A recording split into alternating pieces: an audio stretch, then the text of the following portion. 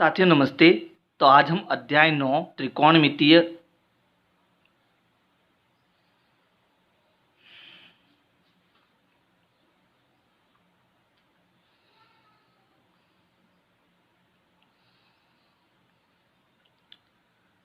साथियों नमस्ते। तो आज हम अध्याय 9 त्रिकोणमिति के कुछ अनुप्रयोग, इसके जो इम्पोर्टेंट पॉइंट्स है वो पढ़ेंगे। और इससे पहले के जितने भी वीडियोज है वो सारे मैंने प्लेलिस्ट में डाल दिए हैं, तो आप प्लेलिस्ट में जाओ और सारे वीडियोज जो है आराम से देखो। तो यहाँ पर देखो, जो हमारा सबसे पहला पॉइंट है वो है एक्स अक्ष और वाई अक्ष। हम जानते हैं कि जो ये हम सीधी लाइन खींचते हैं उसे हम क्या कहते हैं, क्षैतिज अक्ष कहते हैं। और जब स्केल से हम ये 90 डिग्री वाली लाइन खींचते हैं यानी लंबवत रेखा खींचते हैं तो इसको हम ऊर्ध्वाधर अक्ष कहते हैं। और ये दोनों अक्ष जहाँ पर एक दूसरे को जिस बिंदु पर प्रतिच्छेद करती है वहाँ पर ये कितने डिग्री का कोण बनाती है, 90 डिग्री का कोण बनाती है। ये चीज़ जो है हम जानते हैं। अब देखो, जो इसका अगला पॉइंट है वो बहुत इंपॉर्टेंट पॉइंट है, वो समझना बहुत ज़रूरी है। वो है दृष्टि रेखा। क्या होती है दृष्टि रेखा? देखो, किसी व्यक्ति की आंख से किसी वस्तु के बिंदु को मिलाने वाली रेखा दृष्टि रेखा कहलाती है।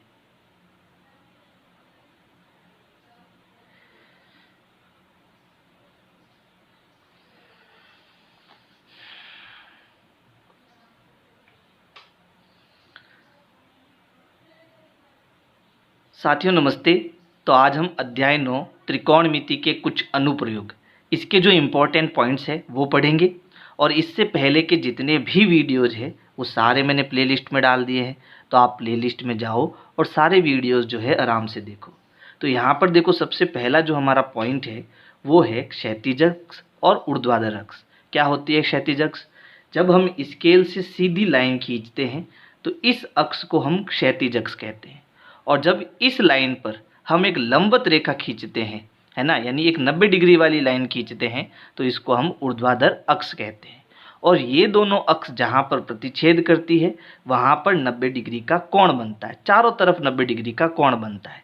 यानी इस पॉइंट में हमने सीखा कि 90 डिग्री का कोण कब बनेगा, जब एक क्षैतिज अक्ष हो और एक ऊर्ध्वाधर अक्ष हो, तब हमें एक 90 डिग्री का कोण मिलेगा। ठीक है।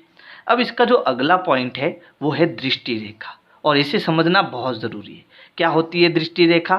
किसी व्यक्ति की आंख से किसी वस्तु के बिंदु को मिलाने वाली रेखा दृष्टि रेखा कहलाती है। जैसे मान लीजिए ये किसी व्यक्ति की आंख है, यहाँ पर एक बिंदु लिया मैंने और इस बिंदु पर क्या है, किसी व्यक्ति की आंख है। ठीक है। और ये जो आंख है मान लो ऊपर की तरफ इस वस्तु को देख रही है, यानी ये जो बिंदु है वो वस्तु का बिंदु है। आंख का बिंदु और वस्तु का बिंदु, इन दोनों को अगर हम मिला दें तो ये जो दूरी होती है इसी को हम क्या कहते हैं, दृष्टि रेखा कहते हैं। ठीक है। अब ये दृष्टि रेखा जरूरी नहीं है कि ऊपर की तरफ बने, ये नीचे की तरफ भी बन सकती है। मान लीजिए अब की बार वस्तु की आंख जो है वो नीचे की तरफ देख रही है। ठीक है। तो ये मान लो व्यक्ति की आंख का बिंदु है ना, और यहाँ पर कोई वस्तु नीचे की ओर पड़ी है और यहाँ पर ये जो आंख है वो जो नीचे की ओर देख रही है, तो इस बिंदु को और इस वस्तु को मिलाने वाला दोनों बिंदुओं को हम क्या कहते हैं, दृष्टि बिंदु कहते हैं। क्या कहते हैं? दृष्टि रेखा कहते हैं, सॉरी दृष्टि रेखा कहते हैं। यानी दृष्टि रेखा ऊपर की ओर भी बन सकती है और दृष्टि रेखा नीचे की ओर भी बन सकती है। अब अगला पॉइंट देखो, अगला पॉइंट है उन्नयन कोण। अब उन्नयन कोण क्या होता है, तो यहाँ पर चित्र में मैंने इसको समझाया है। उन्नयन कोण की परिभाषा है दृष्टि रेखा और क्षैतिज रेखा से बना कोण उन्नयन कोण कहलाता है। अब देखो, हम जानते हैं कोण कब बनता है, हमने कोण की परिभाषा पढ़ रखी है कि किसी भी बिंदु से गुजरने वाली दो किरण और उसके बीच का जो झुकाव होता है उसे हम क्या कहते हैं, कोण कहते हैं। और यहाँ पर जिस कोण की बात हो रही है वो कोण है उन्नयन कोण। अब उन्नयन कोण में दो किरणें ली गई है। कौन सी किरणें हैं?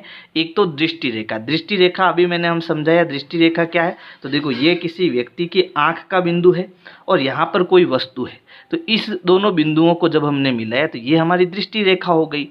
और क्षैतिज अक्ष यानी कि क्षैतिज रेखा, ये मैंने आपको बताई जो नीचे की ओर होती है, तो ये हमारी हो गई क्षैतिज रेखा।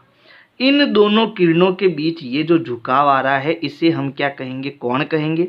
और ये कौन सा कोण है, ये उन्नयन कोण है। उन्नयन कोण क्या होता है, तो देखो दृष्टि रेखा और क्षैतिज रेखा इनके बीच में जो ये कोण बन रहा है इसे हम उन्नयन कोण कहेंगे। यानी जब भी हमारी आंख नीचे की ओर हो और हम ऊपर की तरफ देखते हैं, यानी वस्तु ऊपर की तरफ हो जिसे हमें देखना हो, इस केस में ये हमारी दृष्टि रेखा बनती है। और जहाँ हमारी आंख है उसके सीध वाली जो रेखा होती है वो क्षैतिज रेखा होती है। और इनके बीच में जो कोण बनता है उसे हम उन्नयन कोण कहते हैं। ठीक है। अब अगली जो परिभाषा है वो है अवनमन कोण की। अब क्या होता है अवनमन कोण, कि जब कोई व्यक्ति ऊपर से नीचे देखता है, इस स्थिति में दृष्टि रेखा और क्षैतिज रेखा से बना कोण अवनमन कोण कहलाता है। अब देखो हमारी आंख कहाँ है, ऊपर की तरफ है, तो ऊपर की तरफ जो ये सीधी रेखा जा रही है और सीधी रेखा जा रही है उसको हम क्या बोलते हैं, क्षैतिज रेखा बोलते हैं। तो इस केस में हमने क्षैतिज रेखा कहाँ ले ली, ऊपर की तरफ बना ली, है ना। और ये जो आंख है वस्तु को नीचे की तरफ देख रही है, तो ये हमारी दृष्टि रेखा हो गई, है ना। तो ये जब दृष्टि रेखा हो गई, ये क्षैतिज रेखा हो गई, तो इसके बीच में ये जो कोण बन रहा है इसको हम अवनमन कोण कहेंगे। और यहाँ पर ये जो कोण है वो हम नीचे भी बना सकते हैं। कैसे बना सकते हैं, तो देखो ये जो मैंने काल्पनिक त्रिभुज बनाया है, तो यहाँ पर ये हमारी क्या हो गई, क्षैतिज रेखा हो गई।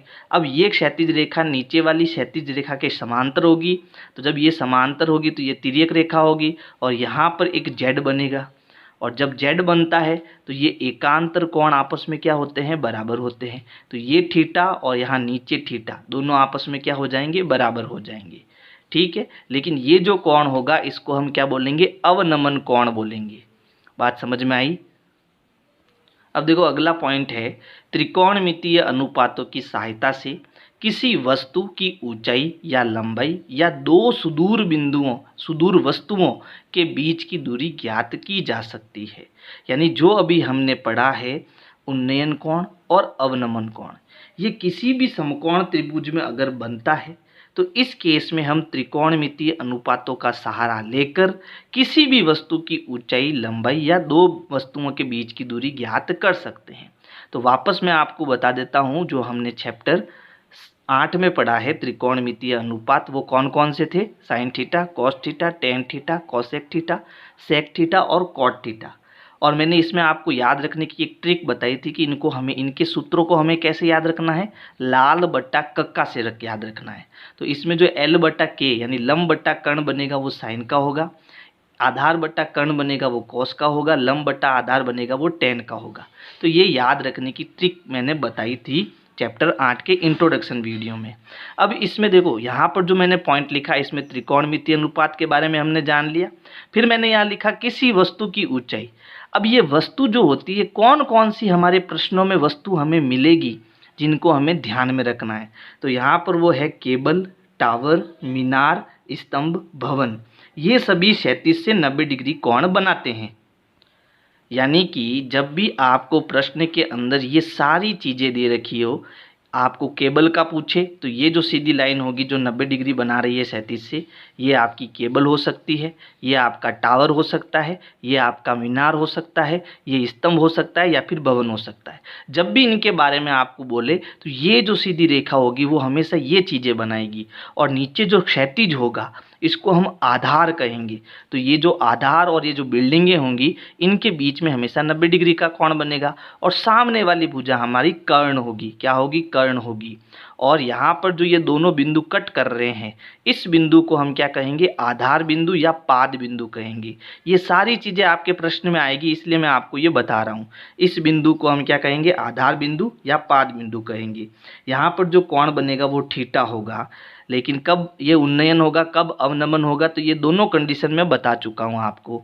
यहाँ पर जो ये पी बिंदु है ना, इसको हम शिखर बिंदु कहेंगे या फिर चोटी कहेंगे। तो ये सारे शब्द आपको याद रखने हैं, ठीक है। थीटा के सामने वाली भुजा हमारी क्या बनेगी, लंब बनेगी। तो लंब आ गया, कर्ण आ गया, आधार आ गया, और इनके त्रिकोणमितीय अनुपात और इसको याद रखने की ट्रिक आ गई। अगर ये सारी चीज़ें आपको आ चुकी है तो इनके प्रश्न इतने आसान लगने लगेंगे कि आपको प्रश्न हल करने में मज़ा आएगा।